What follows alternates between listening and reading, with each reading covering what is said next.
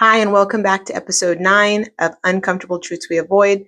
This episode is called Rebuilding from Scratch, and it's about how I rebuilt my life after I left absolutely everything behind. And this episode is really an episode where I want to give you hope if you're going through something that's difficult, if you're having to leave your life behind and you're having to start over. I want you to know that you can do anything you want. You can build your life into whatever you want it to be built into. It just isn't going to be easy initially. So that's important to remember. So this episode is not about what's broken anymore. We're putting all that behind us. We're moving on. You know, I needed to unpack all that with you because I needed you to understand where I'm coming from, but that doesn't define who I am. It defines where I came from. So I want you to, moving forward, we're going to tackle other issues. We're going to talk about other things, and rebuilding from scratch is one of them.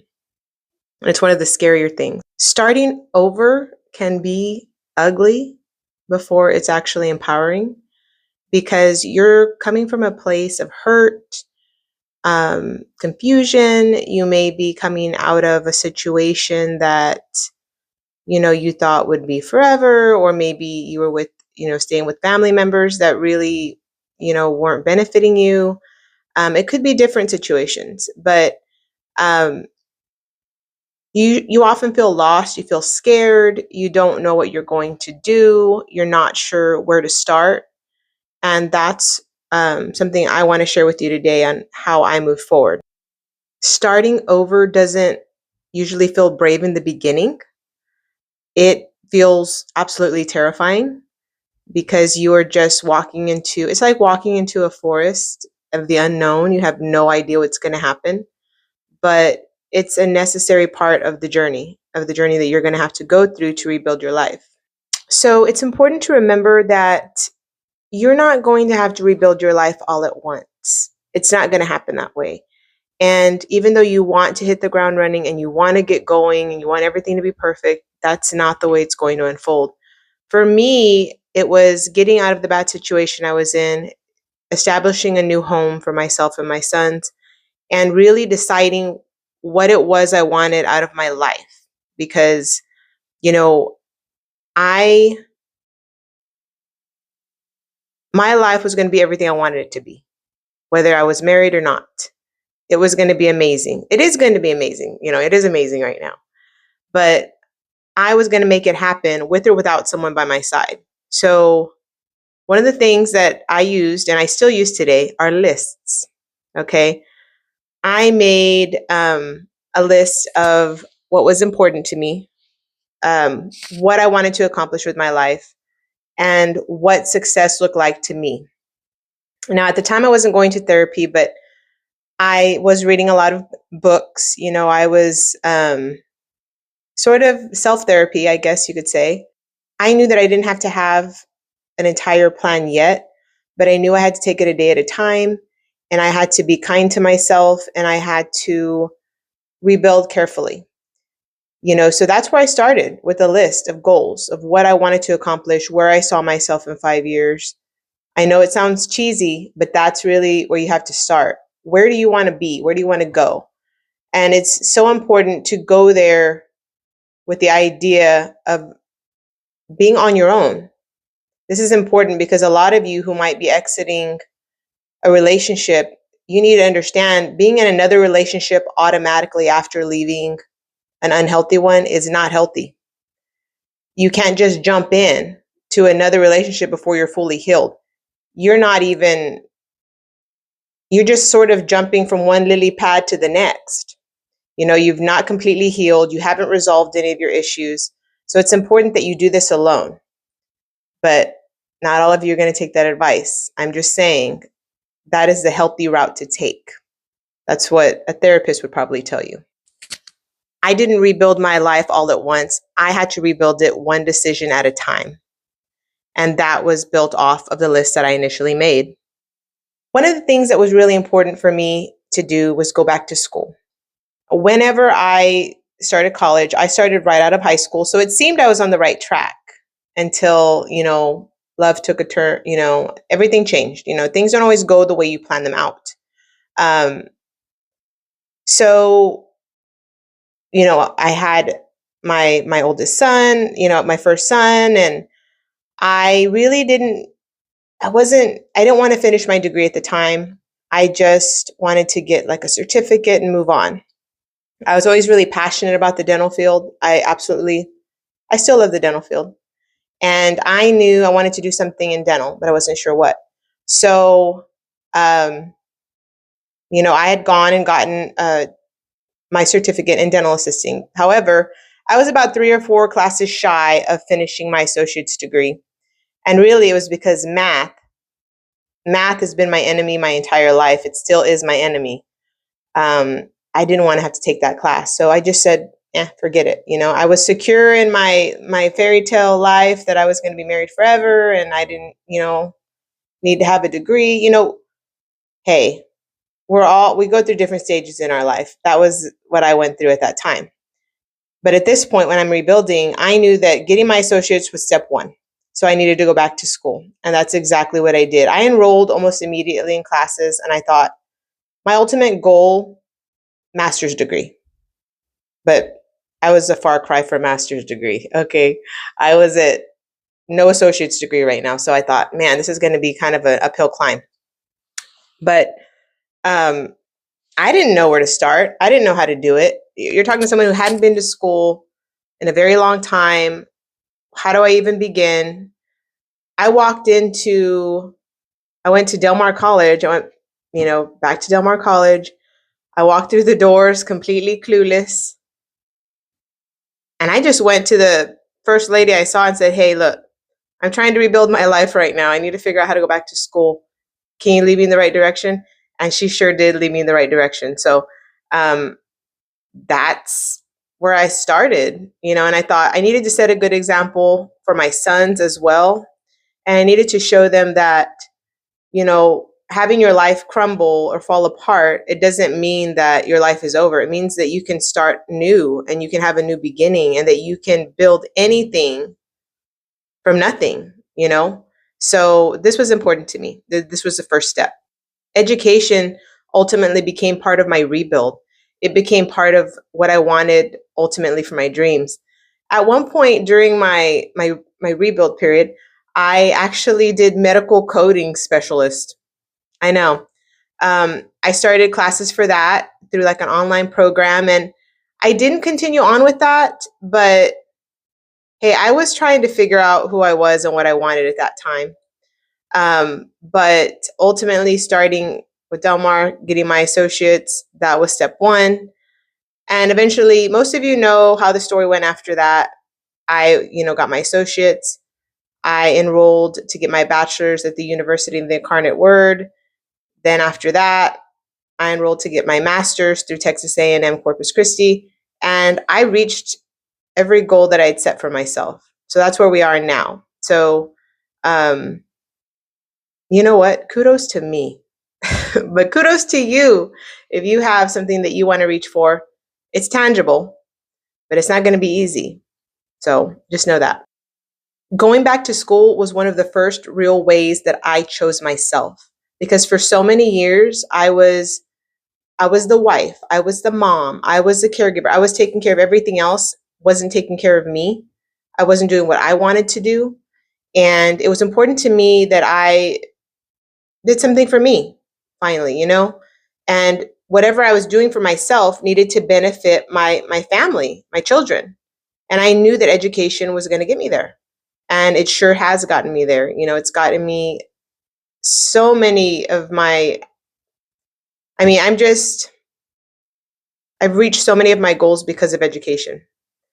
And I sound like an infomercial, but I'm telling you, and I tell my students this all the time, education is the key to everything, because you could be great at something and you can build a business from scratch. And that's great if that's you. That isn't me though.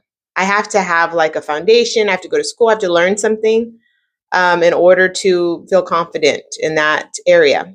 So I'm just saying that's a good place to start. Rebuilding does mean that you have to explore who you are right now. So I had left the me behind that was the old me, and I'm starting new. So I had to figure out who I was. That meant spending time with me. That meant getting to know myself again, which I had become a stranger to myself. So I didn't even know who I was. So I had to get to know me again. I had to understand what I wanted. I had to understand what was going to make me happy. And, what would suit me, what would fit me, what would bring me joy. And who do I want to become to set an example for my sons? That was ultimately what I asked myself. Another big part of it was, what am I no longer willing to live with? I'm no longer going to accept things in my life that don't serve me. So I need to make a list of the things I don't want in my life anymore that are going to hurt my progress. That was another important thing that I had to look at. So rebuilding is not about replacing what you lost, but it's about discovering what actually fits you right now and what is going to fit you ultimately in your future. So that's what, the whole process is. And that's what you need to be looking at if you are trying to rebuild your life from a situation that may not have been so favorable. Ultimately, I built the life I actually wanted.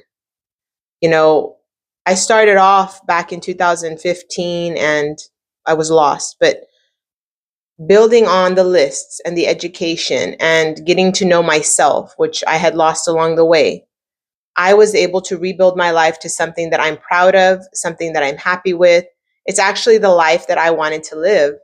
So I am grateful for everything that unfolded, because had it not unfolded the way it did, I would not be where I am today, and I wouldn't be as happy as I am today. I have my degree. I grew as a person. I have my freedom, which is, my freedom is so valuable to me. And it's become to where I really could never fathom the idea of not having my freedom anymore. I absolutely can't. I can make my own choices. I have my own peace, my own home where I can just be peaceful and I don't have to argue with anyone. I can just, if I want to be secluded, I can be secluded. It's amazing. And these are little things that bring me joy. I mean, I don't have to worry about if I fight with somebody, I have to live with them. I don't, because guess what? I have my own place and I'm happy. When I was rebuilding my life, that's something, it's not something I've excluded. But I am very much the person who always wants to be in my own home, and anyone else that I'm with, they need to be in their own home. This is where I'm at now in my life. Okay. I don't want to share anything right now. And what can I say? That's where I'm at. The life that I have now did not come from everything going right. It came from me deciding that I wasn't going to let the bad stuff break me, that I was going to build the life I wanted no matter what.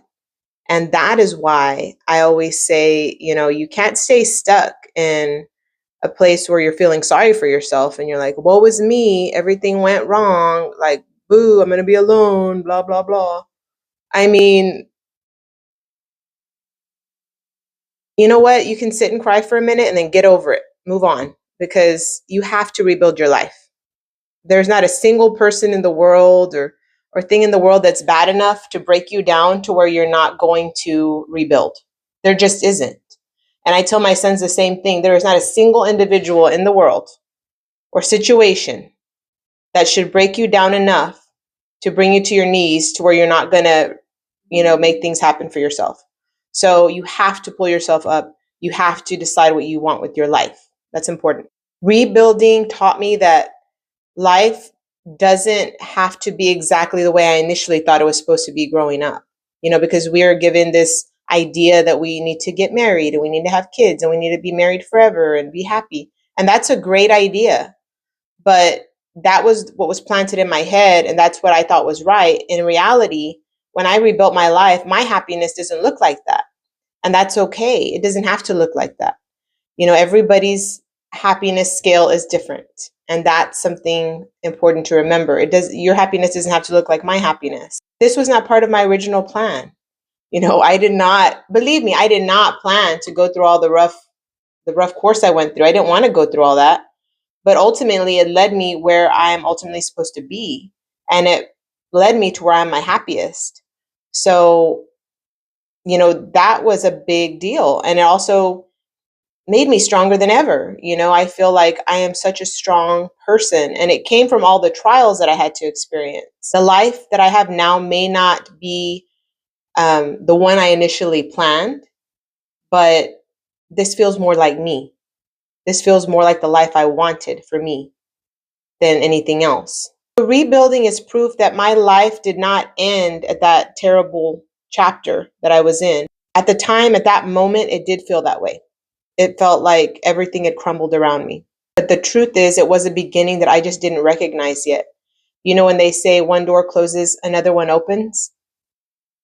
When one door closed, a whole bunch more opened. And that's the way it worked for me. And that's the way it can work for you if you really put the work in.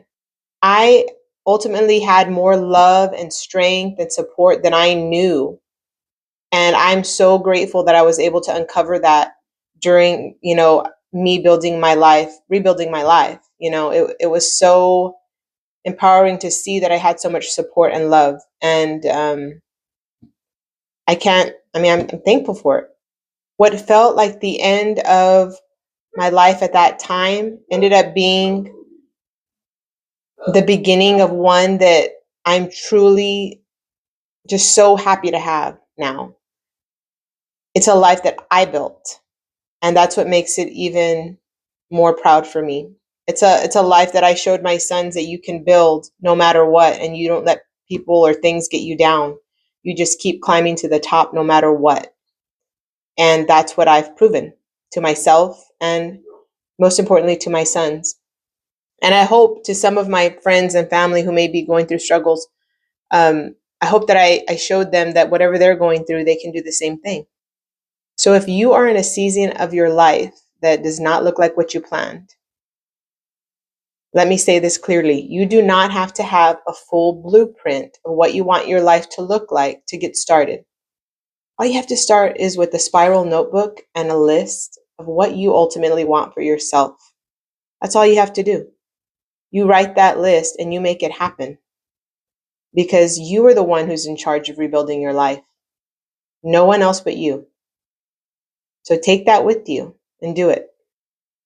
Sometimes the life you're meant to build starts in pieces. And that's for a lot of people.